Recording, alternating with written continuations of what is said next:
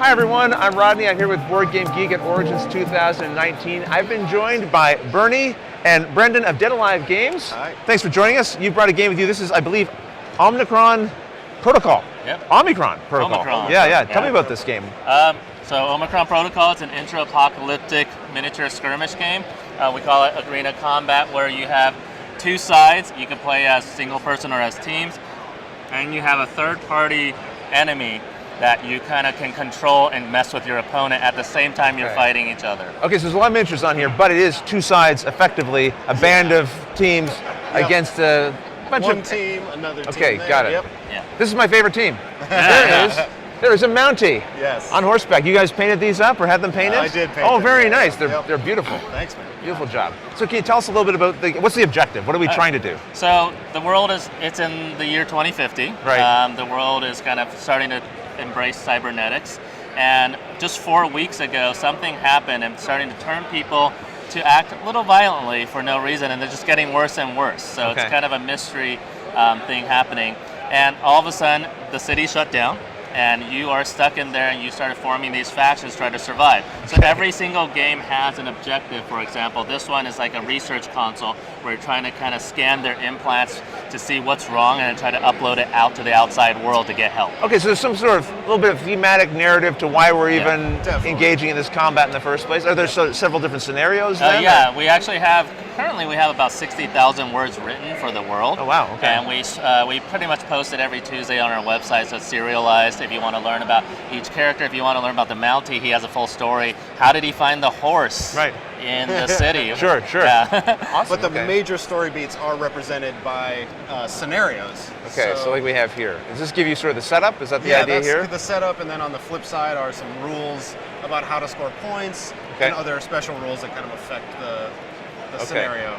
So the scenarios, in addition to having sort of different objectives, they'll have different rules, changes to the rules to adjust it? Okay. Sometimes. Usually revolving objectives and how to score. Yep. Yeah. So for example, this one, as I mentioned, you're trying to upload something. There's a King of the Hill one where you're trying to wait for an airdrop to come in and fight each other to fight for that. Okay. There's one where you're delivering antidotes to the different camps around the city and things like that. So what would you say distinguishes this game from other games like it? What's sort of unique or different, or what's kind of the high-level overview of the gameplay? Like, what are we doing here? I think the most unique part is in the core of it, it's like a miniature skirmish game where you move, I move, you move, like chess, like that. But having a third-party enemy, I mean, there are a lot of board games with like zombies and stuff. But having a third-party enemy in a game where you're kind of competitive against each other and you get to control them alternately, using it against each other based on what you just did. So it doesn't have its own AI. I'll manipulate them a bit, then you'll manipulate them a bit. You have a set of rules that you play with them, but you could do it whatever you want within that set of rules. Interesting. Yeah.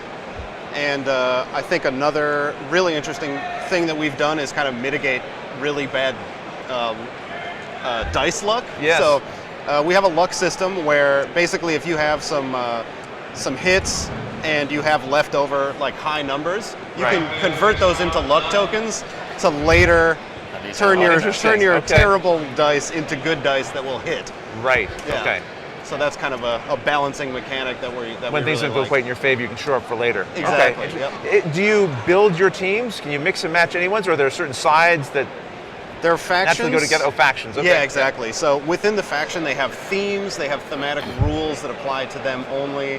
And with a full game, you're going to pick. Right now, we have 6 characters in each faction. And you're going to pick 4.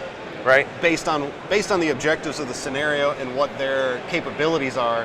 And each of the characters is unique and has special abilities. So here's an example one here we can see on the overhead camera. Exactly. Where we've got it's a Mountie, I think, right? Yeah. It's funny how that happened. Mountie, Okay, so they got a series of stats that allow them to do, it looks like, ranged and melee attacks and so forth. They all have special abilities, which is all on the card. Yep. And then pretty much on the back, you kind of get their bio. This is Sergeant Felix Lance Chevalier. Right. Yeah.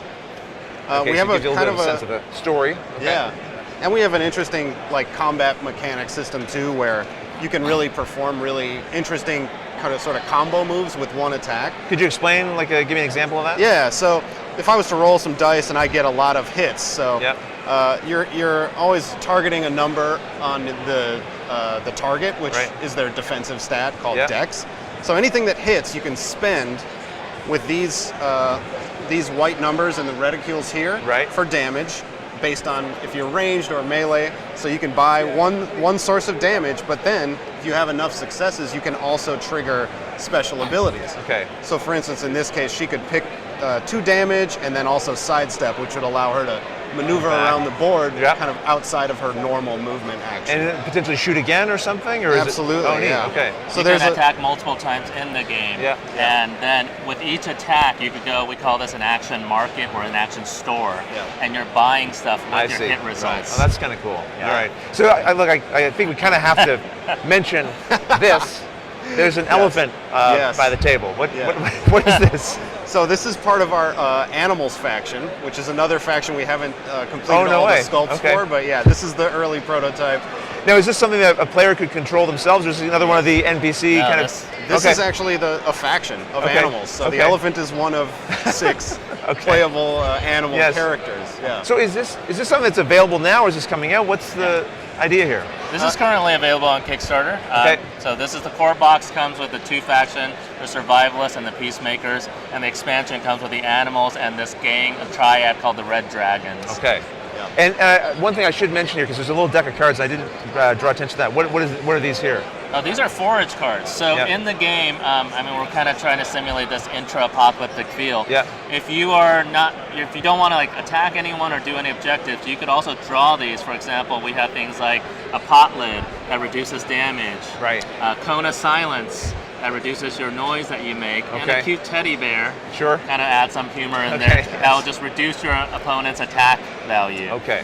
So you could use these kind of as one-time discarded interrupts to try to help yourself out. Okay, so beyond sort of what your characters already have, this is like a little extra layer of random customization. Found objects that you can use, How long does the game take to play typically, would you say? There are 2 modes of the game, so we both have a short mode and a full game. The full game that Brendan mentioned is 4 models on each side. It takes about an hour to an hour, 15 minutes to play once you know the rules. But then we also have a lunchtime version. Yes. We call the short game. You only play with 2 models on each side. You still get the full experience. It goes a lot faster. Sure. We actually have a video right now on our Kickstarter page where we just played the game with explanation of our tactics in 43 minutes. Oh, nice. Yeah. So even with the chatter. Yeah, totally. Okay, very We're like, cool. should I do this or that? And after that, we're like, oh, wow. Well, that seems like another good way. Like if you've watched this and you want to check out and see really how the game works in action, seems like a good place to go. So we pretty much have this scenario set up, both the long version and the short version, if you want to kind of see how they differ and how they play. Okay, very useful. Well, listen, I appreciate you both taking the time to show us the game here and give us kind of a quick overview. And if this looks interesting to you, check out the Kickstarter page. And maybe it's after the Kickstarter, you can still go to the page and check out the gameplay and keep an eye out for this in the future, right? Awesome. Definitely. Excellent. Thanks so much, everyone. Thank you. Thank you.